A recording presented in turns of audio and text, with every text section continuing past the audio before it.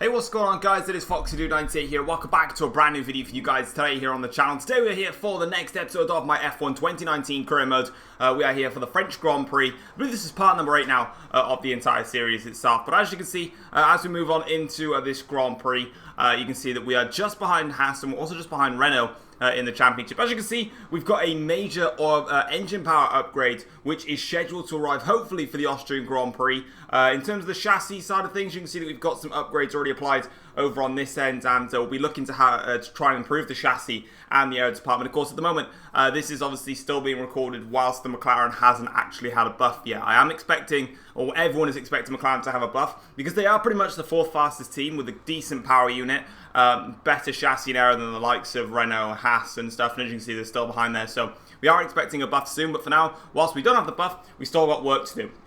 Anyway, moving on into things, though, we are going to be running quite compromised in this Grand Prix. We've got 79% wear on the gearbox, and I didn't want to take the risk of running this very worn gearbox around. So I decided to take that for a 5-place grid penalty. What I also didn't do, because I'm a complete and utter spanner, is during the practice sessions, I was running with an older power unit because what's the point of running with a brand new power unit in practice? There is no need. But like an utter plum sack that I am, I didn't change it out for qualifying. So I'm still running that old power unit. And as you can see, it's not really me gaining me any time at all. I then went out for one more lap to try and improve if I could, because I was currently P20 and I didn't improve.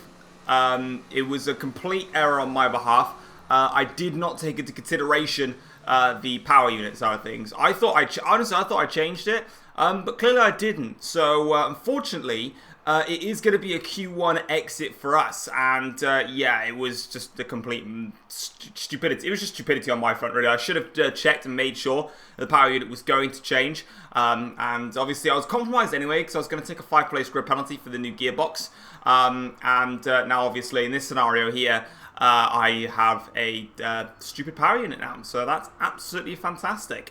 So yeah, what we're going to do though is, because we've been knocked out in Q1, we're starting last and we're taking a 5-place grid penalty. I am also just going to get myself a brand new power unit. Whilst I have these bad qualifying sessions, and I fail to deliver, for whatever reason that may be, there is no point in just sitting there and having what I've got. I might as well just give myself all the engines in the world whilst the car is still not the fastest. So we'll take a brand new power unit, brand new gearbox. Let's get into the race then for the French Grand Prix.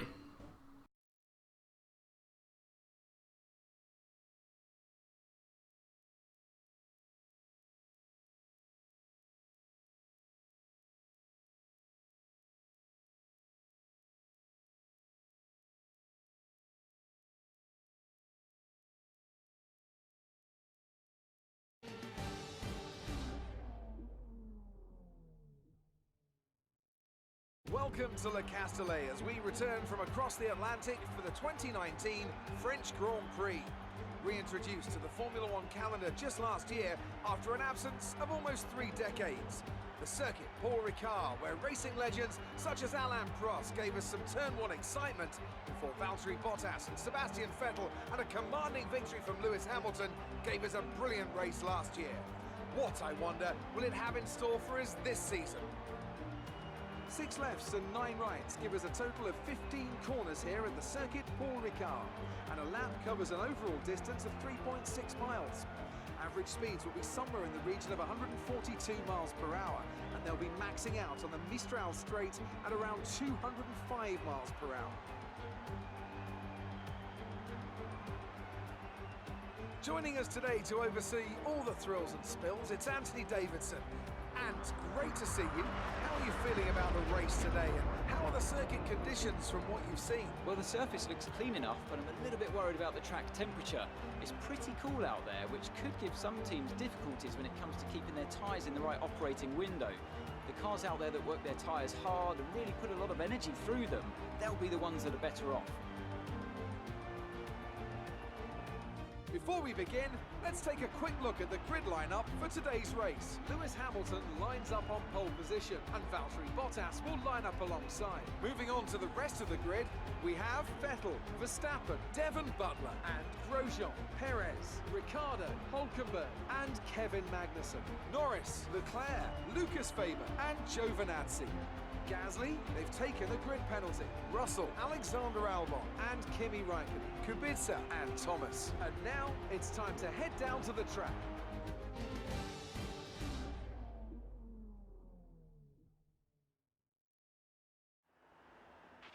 This is our engine support. Alright, so we are here for the start of the French Grand Prix. Then, as you can see, it's going to be a two-stop strategy. So we're going to start on a set of the soft tyres, go to another set of the soft tyres, go into the medium tyres, and then go into another set of the medium tyres. As you can see, then we've got obviously the grid penalties there. Anyway, it's 5 red lights though, and it is lights out. There we go here to start this French Grand Prix. It's a good start then, initially for ourselves. Mercedes-Benz getting the front row lockout, getting off to a good start there, as we now go towards turn 1. It's Gasly there, going a little bit off the circuit as we try and find our way up the inside of a couple of cars here. Let's see who we can try and overtake here, going side by side, 3 wide now with the Williams cars there, but we have to back out and just lose out in that certain scenario there.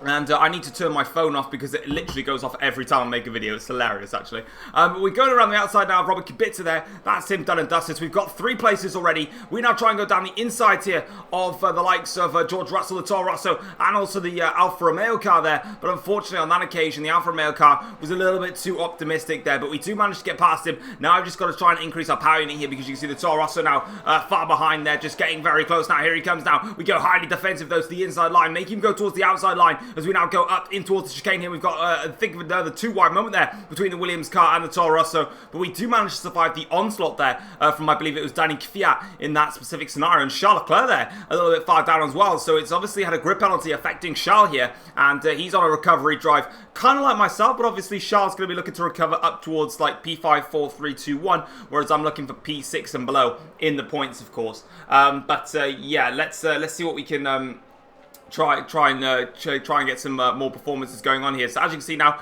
going around this difficult final sector, this is where I struggled a lot. You can see here going off the circuit there, as I got an understeer. I got a bit of an understeer initially going to the corner, corrected that for then a snap of oversteer. So yeah, not really what I was looking for. But as you can see, we managed to survive the first lap and we're up into P15. So we've gained 5 places off the start there. Bottas leads the way, so he's managed to get the jump on Lewis Hamilton in this Grand Prix. But as you can see now, we're trying to have a look at Antonio Giovinazzi here, and on the straight, we actually look like we're closing in slightly on the Alfa Romeo car, but we're just not quite close enough to even think of going for a lunge. Not this early in the Grand Prix. There is really no point in doing so. It's only going to ruin our Grand Prix. So as you can see now, we're powering down in towards the difficult left and right chicane here, just before the Mistral straight. Giovinazzi, though, goes a little bit defensive in the first part of that chicane, and that's opened the door here for us to just plant our car down the inside there. That has compromised Giovinazzi. We managed to move up a position, up into P14 now, and next up the road is Charles Leclerc for P13, and then of course Giovinazzi there compromised him that well that he's not going to get a run on me on the straight. Meanwhile, what was going on in this Grand Prix was that we got a 3-wide moment here between the Haas car of Grosjean and the 2 Renaults of Hülkenberg and Ricciardo. In this Grand Prix, it was basically just a DRS train between these 2 Renault cars, the Haas car, Gasly, Leclerc, Norris, and myself, I think, in all of this. And you can see there, Ricciardo being shoved very wide and all that. And it was literally just a DRS train. But here on this lap now, this is when they really started scrapping. Hulkenberg gets on through. Ricciardo loses another place now to Kevin Magnussen in this, or is that Grosjean? So that's Grosjean in the Haas car there. Now we have to blast down the straight here. And Pierre Gasly now is on the back of the Haas car. And you can see here, we're looking on board. We got 2 split screen here. We got the fight going up ahead. We also got the fight between myself. Look how heavy everyone's going towards the chicane. And if you don't mind me, guys, I'm just going to carefully niggle my way on through. And we've just managed to overtake Charles Leclerc in the Ferrari there. Very sneaky overtake and a very opportunistic one.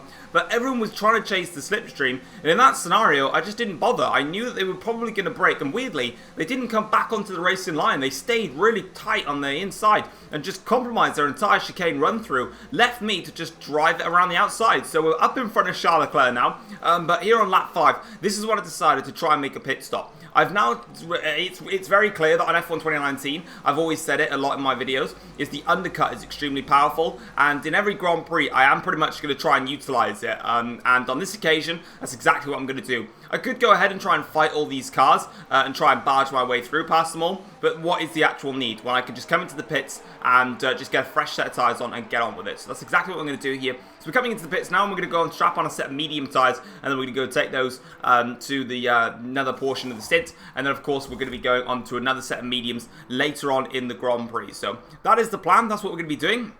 And let's see if it tries and pays off for us. Of course, there's going to be some cars that are going to stay out in front of us. So for the likes of Charles Leclerc, who's on a set of medium tyres. So I presume he'll probably try and scrape through on a one-stop strategy. That wouldn't be a bad shout for maybe even myself there, as I completely cut the corner on my way out. I do that actually a lot on the exit of the pits, because when I come out on a fresh set of tyres, it's just quite crazy how late I can actually brake and then move into the corner, because I've been braking so much earlier because my tyres are going off that they just don't stop and turn.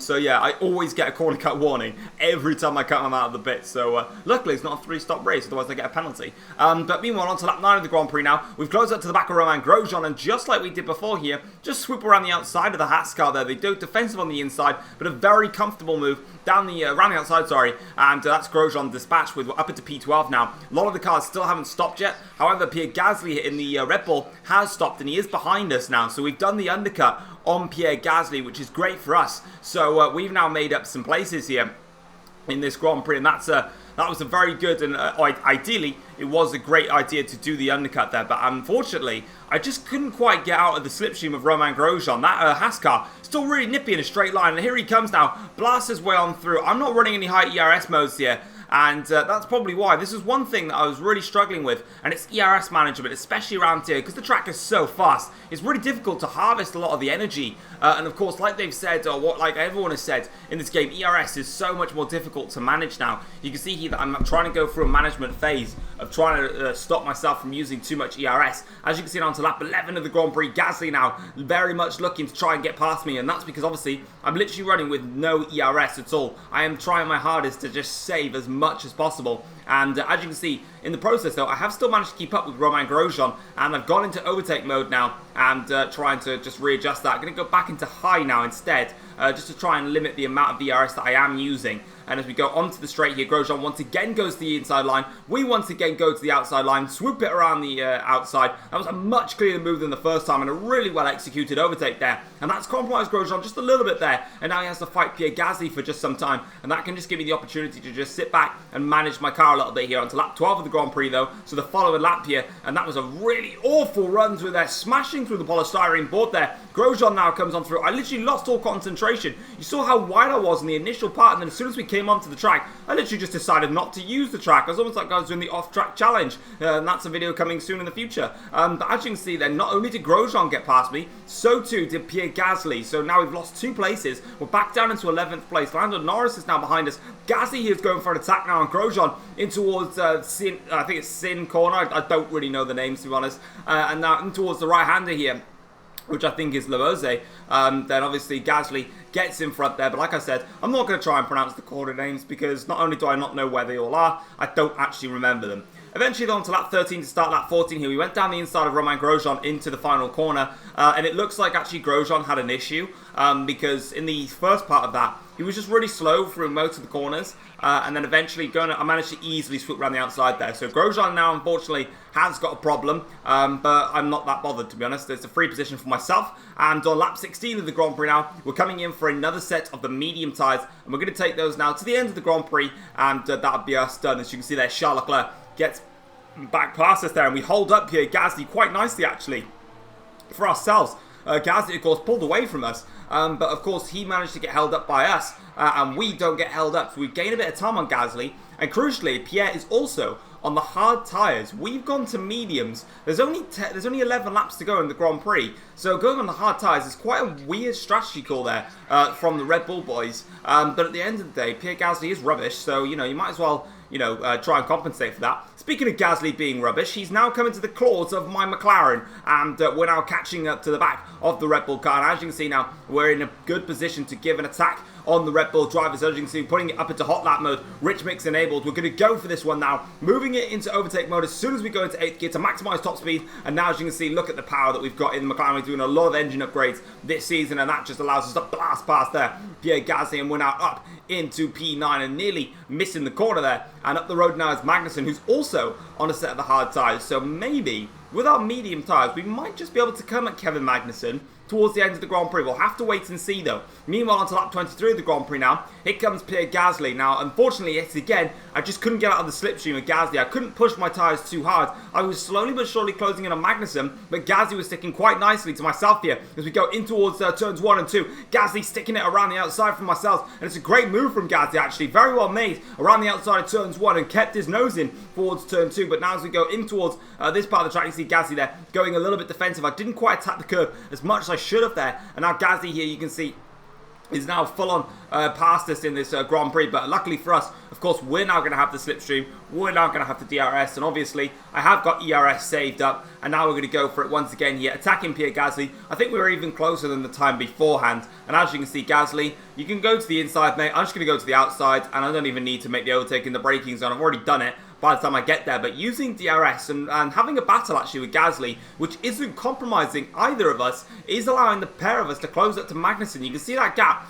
down to 2.6 seconds, I think it is. But onto the final lap of the Grand Prix now, lap 27. We have now closed up to Kevin Magnussen. We are very close to that Haas car, and I smell a P8 in this Grand Prix for myself, and that's what I'm going to be going for. It's Gasly now, you can see, very close to the back of my car, and I'm trying to defend against him because I don't want him to get past in this stage of the Grand Prix whilst I'm so close to Kevin Magnussen now. And as you can see, going through in towards the end of the first sector, now onto the Mistral Straight, we're setting a personal best first sector, and so trying everything to pass in that. It's 0.4 of a second is the gap to myself and Magnussen. I've only got a little bit of ERS left. I've got 20%, but I'm going to use every single percent that I've got to pass the Haas car, and you can see we're gaining, going towards the outside line here, breezing past the Haas car of Kevin Magnussen, cover off that inside line, and it is the overtake done for 8th place in the French Grand Prix, and that is Devon Bullsack in front of us. But unfortunately, I just don't have enough pace to catch up to the Bullsack boy, and I'm going to have to settle down into P8 and obviously look after the car now. Lewis Hamilton wins the French Grand Prix for Mercedes-Benz, so a cracking race win for him. So obviously somewhere around there as well, he re-overtook Bottas, because as you saw at the start of the Grand Prix, Valtteri was in the lead at the end of the first lap, but Hamilton has obviously prevailed and has got past his porridge teammate. Now, as you can see, for us though, just navigating the final bits of the lap, I've turned down the car now, as there's no real way that they're going to make an overtake, unless of course I'm making a mistake myself. Through the second to last corner though, and into the final corner, starting from 20th and last on the grid, we do manage to secure P8, and that is a solid result for us. Great drive, lots of cool overtaking, strategy working in its favour, and we were able to be much kinder on our tyres as well. That's the crucial reason why we managed to come out on top there in those final stints as well, especially is because of course we were able to run with the medium tyres. They did wear out a little bit at the end, but I was able to push quite hard on them when I needed to, and yeah, that is exactly what we did. And as you can see there, Hamilton celebrates the race win. Bottas there, I think, got second place. So I think for the first time this season, I think Mercedes-Benz claim a 1-2 unless one of the Ferraris got involved, because Ferrari have been mega quick in my career modes, and Kevin Magnussen there celebrating a great result for Haas there. Hopefully they'll be able to show us all of the team payments as well, you know, for that cheeky deal. No, it was actually a 1-3 for Mercedes. Okay, so Vettel did get in front of Valtteri Bottas in the end. But there is your podium. There is our race. Like I said, it was strategy that played its part. We were managing to stick with the midfield early on in the Grand Prix by doing the undercut twice and just able to run the mediums in some quite clean air, actually. It really did benefit us later on in the Grand Prix. The race pace was there as well. We had some good race pace. Not sure what we would have done if it wasn't for our qualifying blunder. But hey ho, there it is. As you can see, my car flies on through again. But anyway, as you can see, there's a look at the full race results. So it's Vettel from Hamilton, Bottas, Verstappen, Leclerc, Perez, Bullsack, myself, Magnussen, Gasly, and then Norris, unfortunately, just missing out on the points with the two Alfa Romeo cars. Still doing really poor in my career mode. I think Alfa Romeo, I mean, they haven't done any performance buffs and nerfs in this game yet. Looking at the Drivers' Championship, though, it is Vettel that still leads the championship ahead of Lewis Hamilton and then Valtteri Bottas with Charles Leclerc. We're now actually in the mix with the Red Bull cars. So Verstappen has actually leapfrogged myself and Pierre Gasly, and I am stayed in front of Gasly. So Verstappen's gone up to 4th, and obviously we're going backwards, staying in 5th. We now close up still on Racing Point. Oh, in fact, no, sorry, Racing Point do pull away. There. I'm sure you're pretty happy with that. You were cutting your way through the field during the race. Yeah, my McLaren was installed with a brand new upgrade. It was called Scissors on the barge board to help me cut. It wasn't the cleanest race today, was it? The polystyrene board was in the way, and there was an elephant too. Thanks anyway. Alright, cool. Right, so there we go then. So that's going to wrap it up for today's career mode episode here at Paul Ricard. Next race is going to be the Austrian Grand Prix. That's where I'm hoping to have my major engine upgrades come into effect. Hopefully around there then we should be able to potentially compete with the Racing Point cars a little bit more, and also try and compete a bit more with the Red Bull cars. Of course, both the Red Bulls, as much as they've got much better chassis and aero, we can start working on trying to beat them in some other places. However, before we get into that, we have got our second contract negotiation of the season, and I decided to try and be very bold with my contract and try and get some awesome stuff. So with the pit stop efficiency, I only put that to level 1 because I don't care about it. Everything else though, I'm going to put to level 3. Try and go for it, increase my performance in terms of that front. Let's see what they say. Around that proposal. Let's try something else. Right, so obviously the Supreme Leader needs to do some more negotiations. So I'm literally going to change my qualifying position and donezo. Our proposal has been accepted. The new contract will take effect from the next race weekend. Well, there we go then. So, hopefully you guys have enjoyed today's video. If you have, feel free to drop it a like, subscribe if you're new around here to the channel as well. Until then, guys, I will see you for the next episode, which will be at the Austrian Grand Prix. Until then, guys, thank you very much for watching. Please like, subscribe so you can support my channel. And I really do appreciate all the support. And I will see you guys next time. Take care all. Peace.